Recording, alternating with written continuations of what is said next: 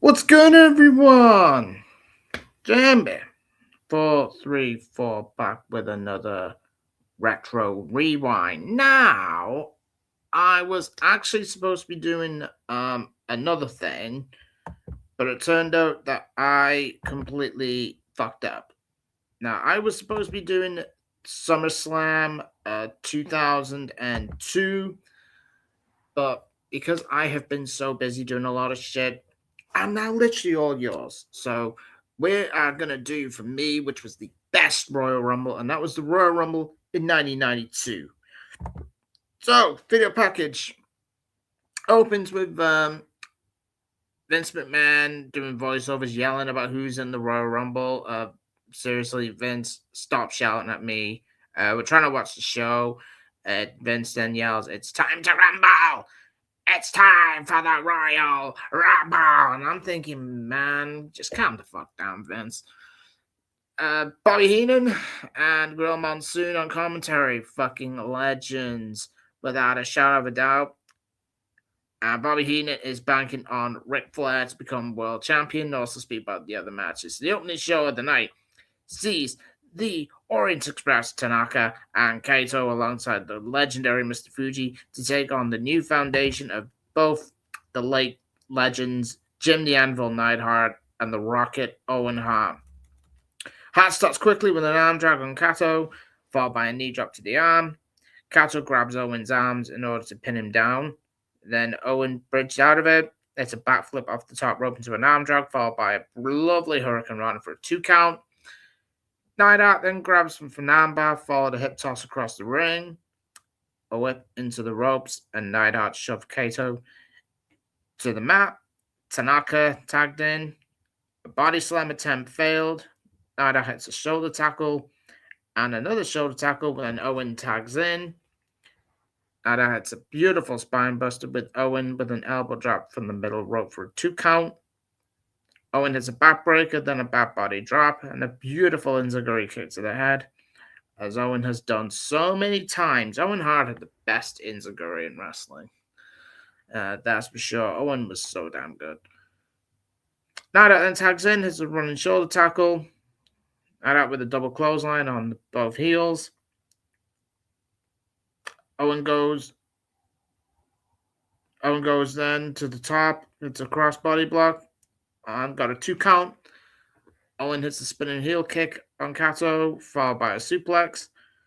Tanaka got in for a cheap shot to the back of Owen, and Mr. Fuji with the dreaded cane to the throat gives the heels the advantage. Kato with a side kick to Owen, followed by a jumping back elbow. Heels did some double teaming behind the ref's back as well, but Tanaka whipped Owen into the turnbuckle, led to a sternum bump by Owen, which is followed by a super kick by Tanaka for a 2 count. Kato grounded Owen with a chin lock. Owen got out of it into the crucifix at pin attempt for a 2 count.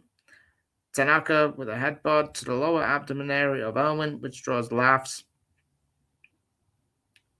Draws laugh of Mr. Fuji. Tanaka grabbed another chin lock. Owen hits a shoulder tackle, with Tanaka coming back to the ring with a jumping forearm for another 2 count. Owen hits a boot to the face, then followed by a bulldog. Kato went into the ring, so the referee didn't see Neidhart getting the tag. Heels whipped Owen into the turnbuckle where the cane was. Owen bumped into the cane. Kato hits a body slam onto the left arm of Owen, and Tanaka with a headbutt. Tanaka with a shoulder block, and Owen came back with a snap belly suplex. Then a double team clothesline by the heels. Tanaka with a jumping attack onto the back of Owen against the ropes. Owen finally gets some momentum, and then finally gets the hot tag on Jim Neidhart. And Neidhart gets the tag in with a slingshot shoulder tackle. Neidhart with numerous body slams on both opponents. Back body drop on Tanaka and a left leg clothesline on Tanaka. Neidhart ran over Kato to send him out of the ring. Owen hits a suicide dive. Neidhart with a body slam on Tanaka. Owen goes to the top, and Neidhart launches over the rocket launcher for the 1, 2, 3, 17 minutes. Great match. Very, very good tag team match. This was the new foundation. Now, this is before Owen got his big break, when he had that incredible feud with his brother Brett, who we will see a little bit later on in the show. They showed a replay of the Mountie beating Bret Hart for the Intercontinental title 2 days before the Royal Rumble. Mountie won with an inside cradle. Roddy Piper then made the save. The Mountie hit Piper in the back with the Intercontinental title, so it sets up the Mountie versus Roddy Piper for the match. Mean Gene Oakland is with the Mountie with his manager Jimmy Hart. Jimmy Hart for me is never aged, man. Trust me. Mountie made his entrance with Jimmy Hart carrying the Intercontinental title. Piper gets a huge pop from the crowd. Piper started early with aggressive punches. Mountie bailed to the floor. Piper went after him with a running punch to the face. Mountie took control with some choking in the ring. Mountie with two leapfrogs. Then Piper hit him with a fist drop. Piper was so fucking good, man. Piper with running bulldog out of the corner. Piper went for a drop kick. Mountie held onto the ropes and Piper hit the mat hard. Mountie set up Piper into a turnbuckle a few times, followed by a running back elbow. Mountie sent Piper out of the ring. Roddy back in the ring, hit a sunset flip for a 2 count. Mountie sent Piper into the apron again. And then Roddy became absolutely relentless. This was the wrath of Roddy Piper. Fucking love Roddy Piper. He comes about some punches. Piper with a bad body drop. Then Piper hits the atomic drop. Mountie skinned the cat back into the ring. Mountie accidentally knocked Hart off the apron. And then Roddy Piper puts the sleeper hold on. And Mountie passed out. Piper wins the Intercontinental title by submission. 5 minutes. Very short match. But, Piper won. And then we had that amazing match at WrestleMania 8 between Piper and Brett. After the match, Jimmy Hart tried to attack Piper with a cow prod. Piper takes it away from him. Piper zapped Mountie with the cattle prod, which draws a lot of cheers from the crowd. Piper then announced as a winner. And then Bobby Heenan made an incredible point. Bobby Heenan said that Roddy Piper had never held a singles title in the WWF. And it was WWF at the time, not WWE. And a great moment for the Hot Rod to win the Intercontinental title. And then a couple of months later, we will get there. Lord Alfred Hayes is interviewing Hulk Hogan in a Coliseum home video exclusive. Hogan just talks about his every man for himself. Yeah, same old Hogan promos. The Bushwhackers and manager Jameson is interviewed by Mean Gene Oakland. Jameson said he wants to get his hand on the Genius, and they were going to absolutely thrash him. Next match, the Beverly Brothers, Boo and Blake Beverly with Genius take on Butch and Luke, the Bushwhackers, with Jameson as their manager. Beverly's worked over Luke by choking him against the ropes. Luke bit Bo's ass, and then the Bushwhackers cleared the ring. Camera was zoomed in on Jameson wiping his nose with a sock. Grim. And then looking at the sock to check him out if there's any boogers on it. Yeah, this did happen, by the way. No idea why we saw this. It's pretty disgusting. Blake knocked down Butch from behind and kicked him in the back to keep him down. Butch hits a bulldog on Blake. Both Bushwhackers went into the ring with double clotheslines, clear the ring again. Bushwhackers chased both heels out of the ring, leading to an eye poke. Then Bo had knocked down Luke from behind. Bo jumped off the top with a double axe handle on Luke as the heels took control. Heels double team Luke by sending him into the turnbuckle repeatedly.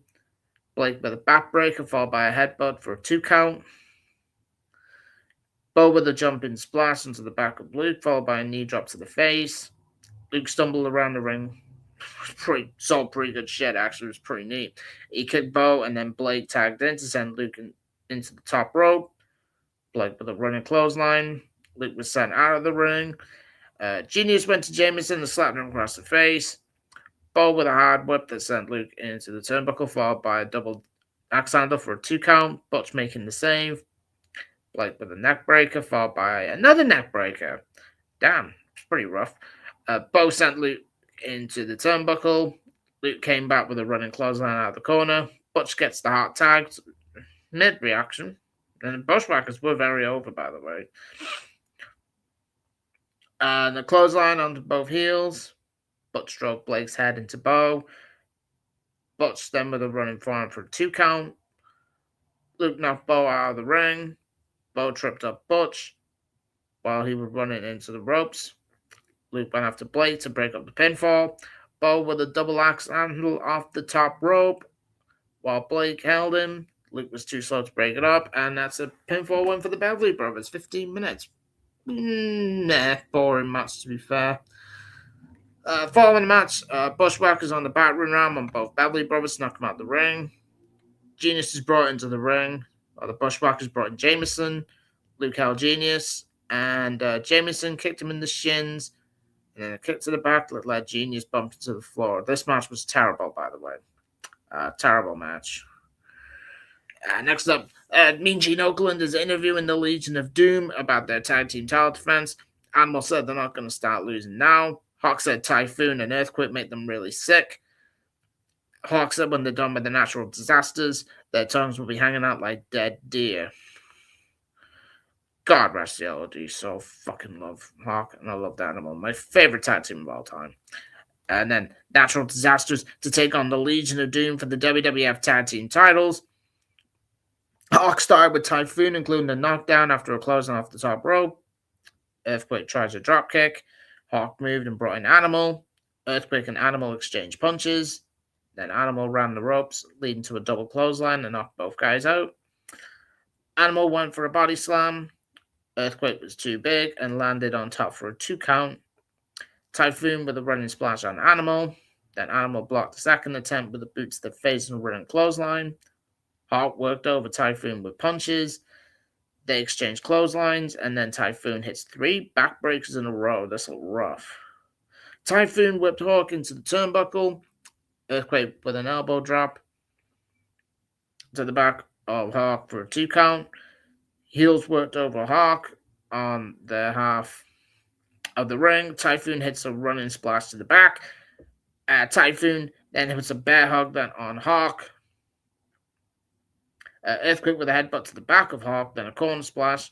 Earthquake with a stomp to the chest. Earthquake then hits another stomp to the chest, then a bear hug again where Hawk broke free. Earthquake missed a corner splash, and then Animal gets a hot tag. Crowd was going a little bit more bananas a little bit. LOD was so hot at the time. Animal with the running shoulder tackle to Earthquake and Typhoon into the ring. Animal avoided both guys and hits a running double clothesline. Hawk hits a diving clothesline on Typhoon onto the floor. Animal and Earthquake were brawling on the floor. Earthquake with a body slam on Animal on the floor. And it was a count-out win for the Natural Disasters. It was an okay match. Wasn't really bothered, to be fair. Post-match, Natural Disasters celebrate with the titles, even though they didn't win them. No idea why. That led to the Legion of Doom going back into the ring to beat up the Natural Disasters, and then LOD collect the tag team titles, even though they lost the match. Natural Disasters are then backstage, end up being... lost my words now. Natural Disasters then are interviewed by Sean Mooney in the locker room to complain how they should be the champions, and Jimmy Hart said he's not going to let these guys get away with it. Roddy Piper backstage with Mean Gene Okerlund. Piper holding the Intercontinental Championship. Piper now says he has a shot to become the WWF champion. Piper said he has his eye on the prize. Now, how on earth was Roddy Piper never WWF champion? I will never know. Shawn Michaels about to be interviewed by Sean Mooney. They showed a replay of Sean turning on Marty Jannetty in the famous barbershop interview segment. Commentary on that was chef's kiss for me. Bobby Heenan saying that Jannetty tried to dive through the window to escape. A Gorilla Monsoon yelling, "Are you blind?" Oh man, I was fucking howling at that. Sean said everyone will find out that he's the hottest thing that WWF has ever laid their eyes on. Then we get a Ric Flair interview with Lord Alfred Hayes for Coliseum home video. Flair said he's going in at 3 and walk out as WWF champion. I do not know why they have to say what number they are. I would rather have surprises, not to know what number of people's what. We're going into the 30-man Royal Rumble. We have promos, firstly from the Macho Man, Rappo Man, Sid Justice, British Bulldog, Jake the Snake Roberts, Ric Flair, and then The Undertaker, and then followed lastly by Hulk Hogan. Surprise, surprise. Entrant number one was the British Bulldog, and then number two was Ted DiBiase, who was managed by Sensational Sherry. DiBiase dominated early, went to throw the Bulldog out. Then the Bulldog hung on and clotheslined DiBiase out. 90 seconds of Ted DiBiase. No idea why. And at number three was Ric Flair. And Bobby Heenan goes, "No, damn it. This was Flair's first Royal Rumble to arrive in the WWF in late 1991. Gorilla told Heenan to kiss him goodbye. Gorilla pointed out that no one draws numbers 1 and 5 has ever won the Royal Rumble, with Bobby freaking out. The legendary Mr. Perfect, Kurt Hennig, God rest his soul, one of my fucking all-time favorites, was with Flair. Heenan was associate of Flair. Bobby Heenan. I'm going to apologize to the people. I don't think I can be objective.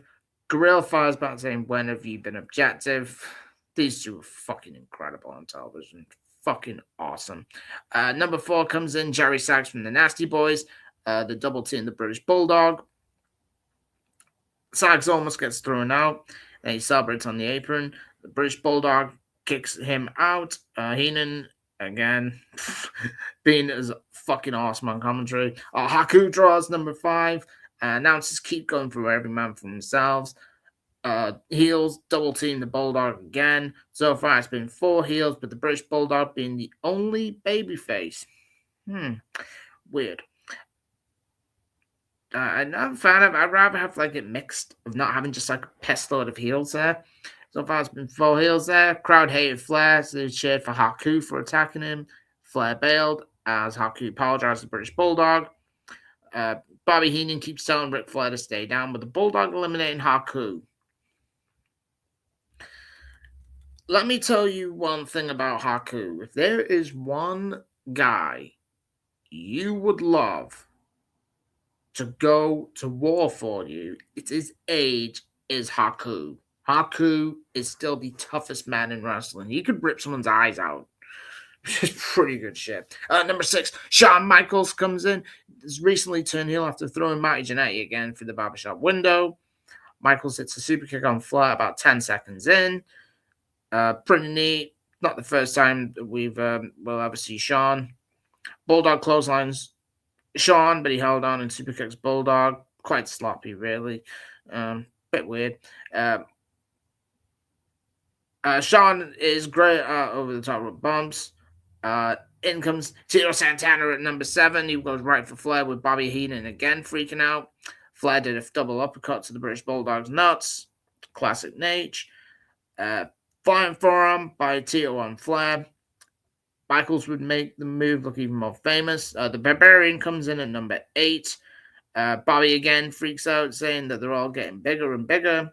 By this point, Shawn was nearly again eliminated.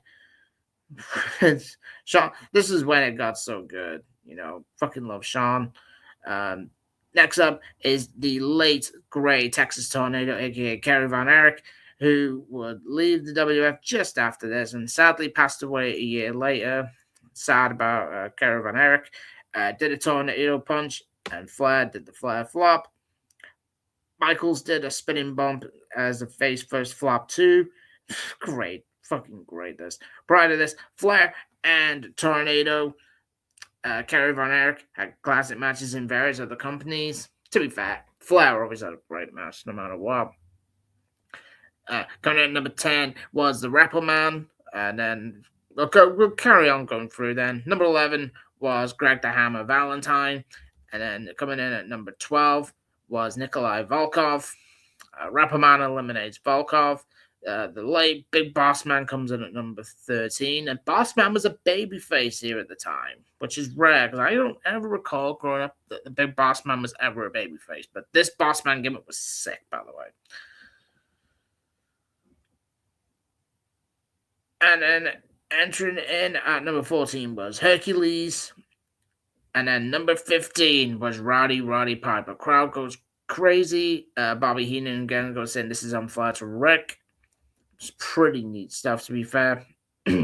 Number 16, Jake the Snake Roberts. Jake the Snake Roberts come in. And 17 was Hacksaw Jim Duggan. Bobby Heenan again is freaking out. Remember, Jim Duggan was the first ever Royal Rumble winner. Number 18 was one of my favorites of all time, IRS, Erwin R. Shyster, and I'm hopeful that Mike Rotunda is on the road to recovery. Flair was in the match for about 36 minutes. Number 19 was Jimmy Superfly Jimmy Snuka. He's got the boots on again, pretty neat. The Undertaker came in at number 20. Number 21 is the Macho Man Randy Savage. He's going looking straight away for Jake the Snake Roberts. Then number 22 was the Berserker. Then Virgil comes in at number 23. Colonel Mustafa, who was originally the Iron Sheik, comes in at number 24. Rick Martel was in at number 25. And then 26 was Hulk Hogan. Heenan is definitely now freaking out. They said, just let Flair win. He'll be a different person. Dude was going fucking chaos there. 27 was Skinner. And then Sergeant Slaughter, who won the WWE title the year before, was at number 28. And number 29, I beg your pardon, was Sid Justice. And then the last man to enter the ring, and number 30 was the Warlord. So we're going to get to the final part. The last 9 men left. Flair pulled Hogan out of the ring with him. Hogan superplexed him on the floor. Sid eliminated Sergeant Slaughter by whipping him hard into the turnbuckle. Slaughter went over stomach first. Looked very nasty. Hogan hits a big boot on Flair. Hogan and Sid eliminated Warlord. So then we get to the final four before Sid eliminated Martel and Roddy Piper at the same time. I think the crowd were a little bit despondent when Piper got eliminated.